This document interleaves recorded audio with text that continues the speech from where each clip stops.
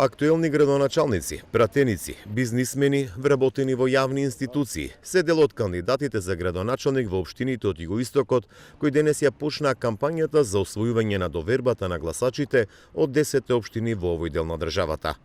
Со непосредни контакти, малски средби, обраќања преку медиуми и социјалните мрежи, почнаа да ги презентираат своите програми во кои нудат проекти за развиење и просперитет на општина и подобро утре на граѓаните.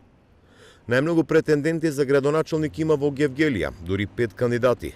Во Радовиш 4, Струмица, Богданци, Дојран и Конче по тројца кандидати, додека во општините Валандово, Босилово, Василево и Новосело се очекува градоначалник да биде избран уште во првиот изборен круг, бидејќи таму се по 20 кандидати. Во општините Гевгелија, Радовиш и Богданци на овие избори има и независни кандидати за градоначалник, но и независни листи за советници.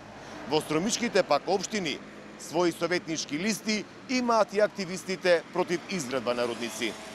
Освен независните и коалициите на СДСМ и ВМРО ДПМН, на престојните локални избори во општините од Југоистокот, во трка за градоначалник и советници, своји кандидати имаат и коалицијата на ЛДП и ДОМ, Интегра, Единствена Македонија, Подем, Левица и партиите на турците.